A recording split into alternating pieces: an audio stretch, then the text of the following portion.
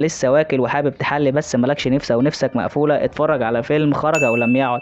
يحيى الفخراني عامل لك فيلم خرج او لم يعد.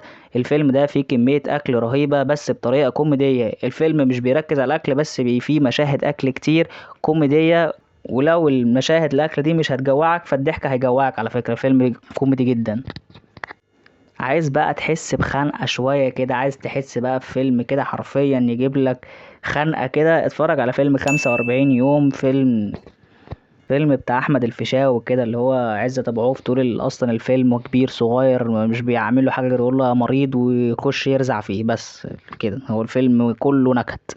حاسس بقى انك مظلوم في الدنيا ومظلوم وسط اهلك ومظلوم وسط اخواتك، اتفرج على فيلم دكان شحاته. معهوش سلاح يا عم، والله ما معه سلاح يا عم، اقسم بالله ما معاه سلاح. فيلم بجد ما فيش اخوات كده يا جدع. في حد يعمل في اخواته كده؟ ما تعرفش كده بقى. فيلم بجد ظلم الدنيا والاخره، مع انه فيلم سياسي.